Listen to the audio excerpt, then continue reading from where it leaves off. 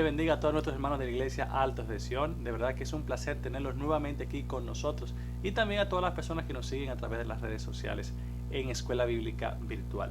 En esta ocasión tenemos un tema que de seguro le va a impactar igual como lo hizo conmigo, porque yo había escuchado de la misericordia de Dios, pero cuando estudié este tema pude darme cuenta de una manera aún más amplia de que realmente el Señor es misericordioso. O sea, grandes son sus misericordias.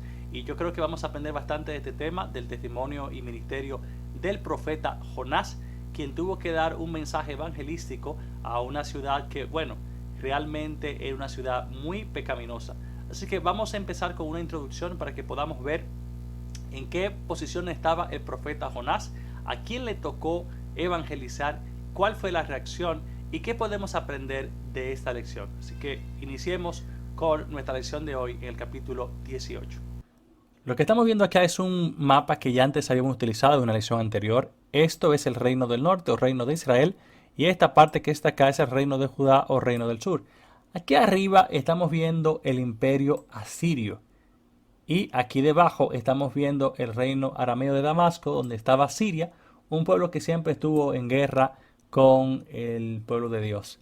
Este imperio que está acá arriba, Asiria, es un pueblo que va a estar en guerra en un tiempo con todo lo que es Siria. Este imperio de hecho viene desde Mesopotamia y comienza a abarcar todo lo que es la media luna fértil. Luego entra también en guerra con el reino de Israel y también con el reino de Judá, haciendo que cada uno de ellos paguen altos tributos para no entrar en guerra con este imperio, porque era un imperio bien fuerte. Y cuando ellos trataban de hacer la guerra, pues obviamente terminaban sometiéndose a ellos.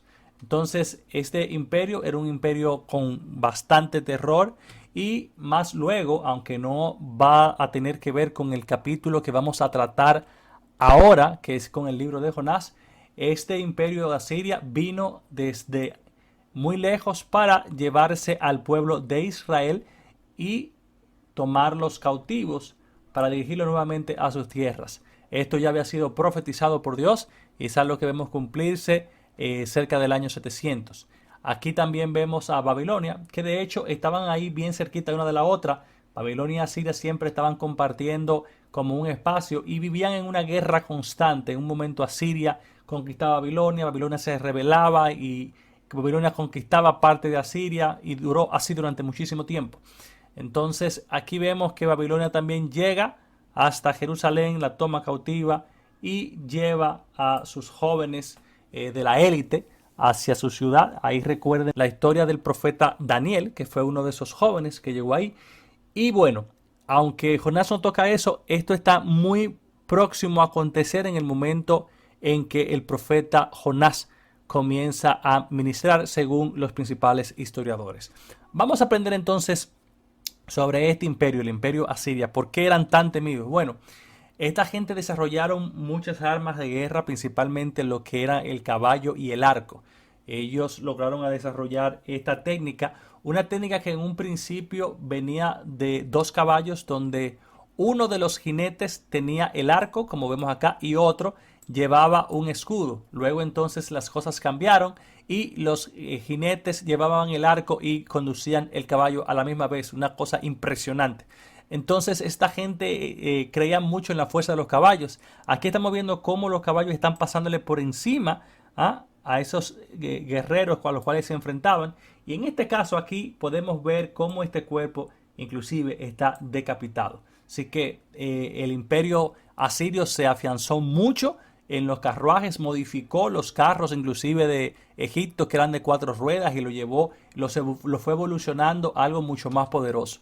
Aquí vemos también cómo trataban ellos a los pueblos que vencían. Estos cuerpos acá que están enganchados, vamos a decirlo así, en una lanza, era algo que hacían ellos constantemente para que el pueblo con el cual ellos estuvieran peleando, las ciudades de alrededor, pudieran temer a lo que ellos pudieran hacer. Así que ahí está parte de lo que ellos hacían. Aquí vemos un cráneo con un hueco.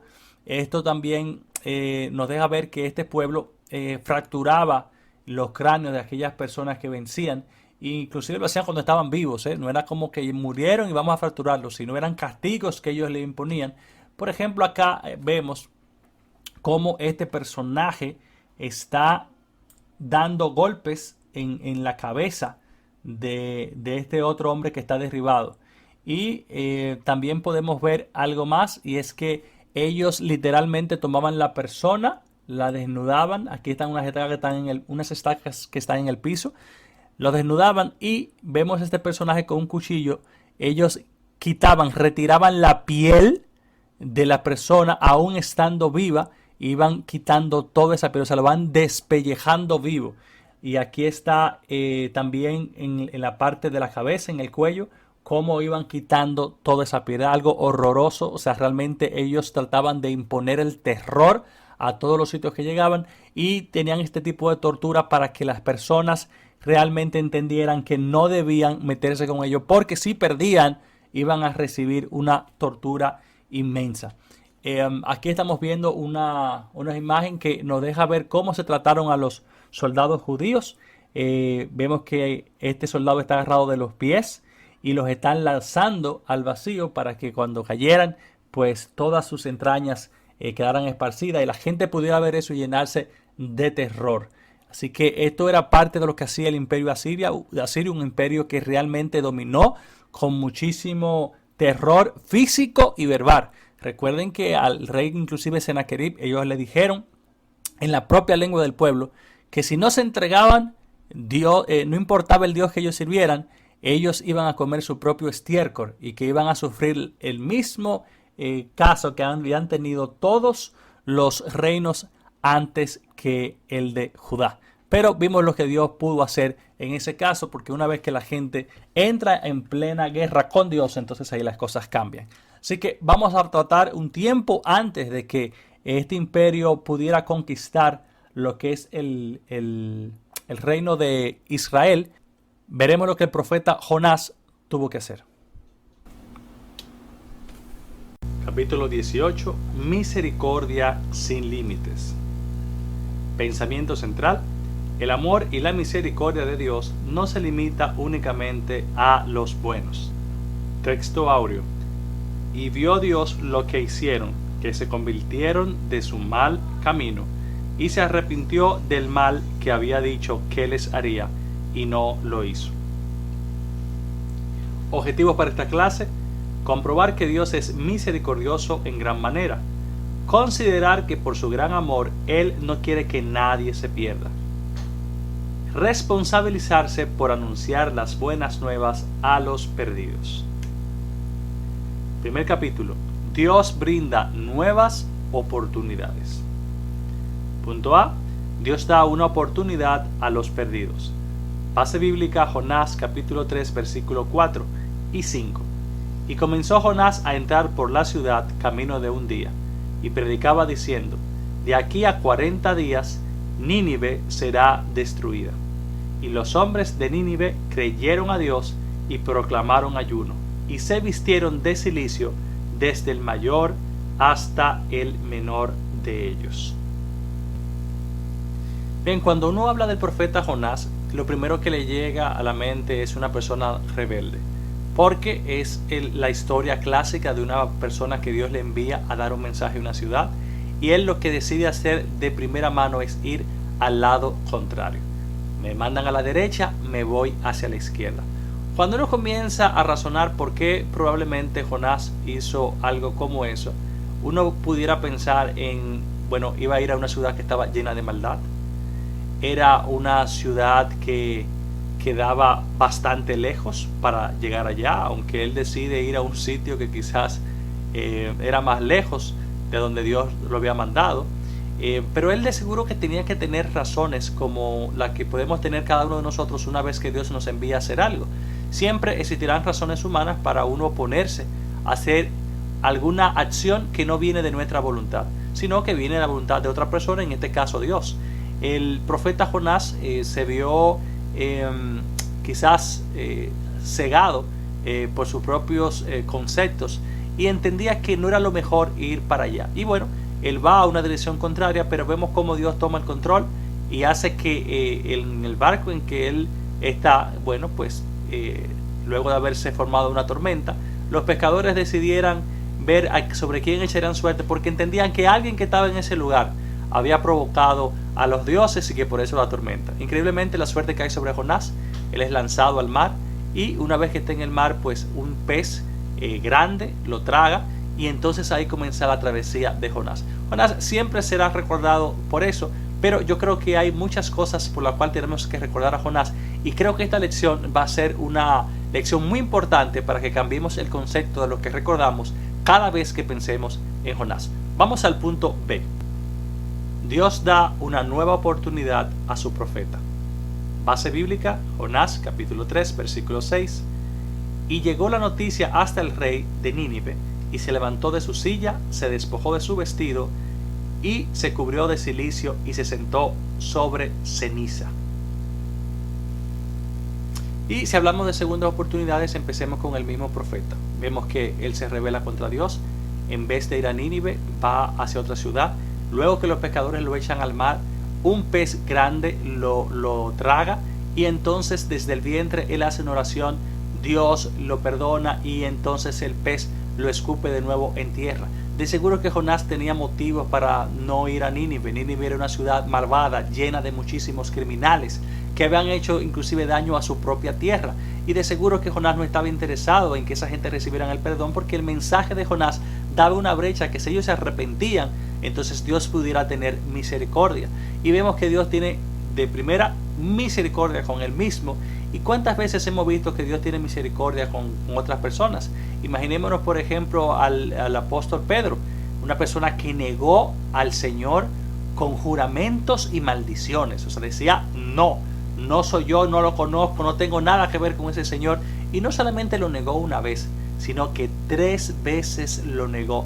Y luego entonces vemos en ese reencuentro, que fue tan doloroso para el apóstol Pedro, porque Jesús hablaba, me amas, y ya la tercera, o sea, es como si Pedro se le derrumbara a todo el mundo y decía, ya, o sea, tú sabes que te amo, hago lo que tú entiendas. Y cuando uno ve eso, bueno, realmente se da cuenta de que Dios es misericordioso. Sin embargo, a pesar de que Pedro hizo eso, miren lo que el Señor le dice, si me amas, o sea, apacienta mis ovejas. Le dejó a él la responsabilidad de que se hiciera cargo del rebaño. Miren qué precioso es el Señor. Así que vemos que Dios es un Dios de segundas oportunidades, aunque hayamos fallado, aunque hemos pecado, aunque caemos al suelo. Recuerda que su misericordia es grande y que Dios desea restaurarte. Vamos al capítulo número 2 de esta lección. Resultados de la obediencia. Punto A. La palabra de Dios no vuelve vacía. Base bíblica. Jonás capítulo 3, versículo 1 y 2. Vino palabra de Jehová por segunda vez a Jonás diciendo, levántate y ve a Nínive, aquella gran ciudad, y proclama en ella el mensaje que yo te diré. La importancia y la seriedad del ministerio de Jonás se ve en los verbos que utiliza. Pregona y proclama. Normalmente estos verbos se utilizaban cuando un monarca, o sea, una persona de autoridad, un rey, un gobernador, emitía un decreto, una ley, y entonces los voceros iban a pregonar, o sea, a proclamar esa ley o ese edicto que ya se había determinado. Y la obligación de todo el pueblo era acatar al pie de la letra lo que se decía. De lo contrario, o cualquier persona que violara esta ley, que no la cumpliera, entonces recibiría un severo castigo. Una cosa que podemos ver ahí es que Jonás estaba proclamando el decreto de Dios para esta ciudad. El mensaje de Jonás era un mensaje poderoso, un mensaje contundente, un mensaje que llevaba al arrepentimiento o a la destrucción. Y también otra cosa importante que vemos en estos versículos es que el original dice que Nínive era una ciudad grande a los ojos de Dios, o sea, de importancia. Cuando quizás la leamos en la Reina Valera vemos que habla como solamente de extensión, pero en el original nos está diciendo algo más, o sea, era una ciudad grande delante de Dios, o sea, como que para Dios esa ciudad tenía un valor importante, o sea, era una ciudad en la cual Dios quería mostrar su misericordia. O sea, así tan pecaminosos eran, tan dañinos eran, tan llenos de maldad, y Dios quería mostrar esa misericordia tan grande que Él tiene y que podía alcanzar aún a esas personas. Entonces eso es algo grande que nos deja ver ya inmediato la misericordia del Señor. Imagínense lo que Dios puede hacer en nuestras vidas. A veces fallamos por cosas que ni siquiera eran como las cometían estos bárbaros de Asiria, y uno piensa que su pecado es imperdonable, que Dios no me va a perdonar. Pedimos perdón a Dios 5, 10, 15, 20, 30 veces, o sea, y aún tiempo después recordamos lo que hicimos y entendemos como que Dios nos la tiene por ahí guardada, que Él está esperando en algún momento. Es así, ya Dios nos perdonó. Si nosotros nos arrepentimos y pedimos perdón, ya tenemos que comenzar a perdonarnos a nosotros mismos. La palabra de Dios dice que Él deja el pecado atrás, o sea, y no se recordará de ello una vez nosotros nos hemos arrepentido. O sea, que Dios no está como para recordarnos nuevamente lo que hicimos. El ser humano lo hace, pero no Dios. El ser humano te puede sacar a una falta, a una falla que tú hiciste hace 5, 8, 10, 15 años. ¿Cuántas veces no he conocido personas que se le hizo algo hace 10 años y todavía lo recuerdan ahí? Una vez me hizo esto, y como esperando ese momento de cuándo llegará la venganza y el momento en que podrán ver a la otra persona en un estado de dificultad, en un estado de deterioro, para poder decir, míralo ahí. Igual como vimos en nuestra clase pasada con lo que pasó con Edom y el pueblo de Dios. Así que es algo que tenemos que aprender. No podemos estar esperando que al hermano o a alguien le pase algo como para alegrarnos de esto. No es lo que Dios desea y no es lo que Dios quiere. Mire la misericordia que tiene Dios. Mire cómo Él actúa. Y mire la importancia que Dios le da inclusive a una nación tan pecadora como la gente de Asiria. Vamos al siguiente punto. Punto B. La conversión de toda una nación. Base bíblica. Jonás capítulo 3 versículo 6. Y llegó la noticia hasta el rey de Nínive, y se levantó de su silla, se despojó de su vestido, y se cubrió de cilicio, y se sentó sobre ceniza. Nínive es el caso más sobresaliente de toda la Biblia, donde vemos que Dios busca a un grupo tan extenso de personas. Dios está buscando toda una nación, y una nación bastante grande para la época. Y no solamente eso, vemos que es la campaña evangelística con mayor éxito que pudo haber, porque la Biblia lo que deja dicho es que esta campaña evangelística logró su cometido y que todas las personas de Nínive se arrepintieron. O sea, llegó hasta las más altas esferas, donde el mismo rey se sentó sobre ceniza. O sea, él estaba compungido, estaba arrepentido de lo que ellos habían hecho y entendían que tenían que dar un cambio a lo que estaban haciendo. Podemos ver otras evangelizaciones, como por ejemplo la que hizo Pablo, la que hizo Esteban, cómo alcanzaron muchas personas en diferentes ciudades, inclusive lo que hizo el mismo apóstol Pedro cuando dio su mensaje, que alcanzó a 3,000 en esa evangelización. Pero esta evangelización que hace Dios a través del profeta Jonás es la más grande, porque podemos ver que todo el mundo se arrepintió. Todo el que estaba en esa nación se postró ante Dios y quedó arrepentido. Y eso es algo que nos sorprende, y podemos ver realmente que el Espíritu de Dios estaba tocando a los corazones para que esa gente pudieran aceptar su error, su falta, su falla, y entonces volverse a Dios en búsqueda de perdón. Vamos al siguiente punto. El capítulo 3 dice la misericordia de Dios en acción. La parte A, en genuino arrepentimiento. Base bíblica. Jonás capítulo 3 versículos 7, 8 y 9. E hizo proclamar y anunciar en Nínive por mandato del rey y de sus grandes, diciendo: hombres y animales, bueyes y ovejas, no gusten cosa alguna, no se les dé alimento, ni beban agua, sino cúbranse de cilicio hombres y animales, y clamen a Dios fuertemente, y conviértase cada uno de su mal camino, de la rapiña que hay en sus manos. ¿Quién sabe si se volverá y se arrepentirá Dios, y se apartará del ardor de su ira, y no pereceremos? En el caso de Nínive podemos ver rasgos que nos dicen que esta ciudad estaba completamente arrepentida. Uno de esos rasgos es que sabemos que históricamente, cuando un pueblo se ve en situaciones difíciles, en un conflicto, en una tragedia que les viene encima, pues normalmente la gente busca a Dios y clama. En este caso, el pueblo de Nínive no solamente estaba decidido a clamar, sino que ellos convocaron un ayuno nacional. El mismo rey dijo que nadie coma, que nadie beba siquiera agua, pero no solamente las personas, también los animales. O sea, era todo el mundo que tenía que estar en ayuno. Mandó a que se cubrieran de ceniza, o sea que mostraba un acto de arrepentimiento, un acto de humillación. Y luego vemos que él mismo dice: conviértanse de sus malos caminos, de las rapiñas que tienen en sus manos, o sea, de todo ese robo, esa matanza que ustedes han hecho. Y vamos a ver si Dios se aparta del ardor de su ira y nos perdona. O sea que se puede ver que existía en esas personas un arrepentimiento que era totalmente genuino. Asimismo, yo creo que tenemos que arrepentirnos una vez nosotros hemos fallado. Cuando cometemos una mala acción, no es momento de buscar peros.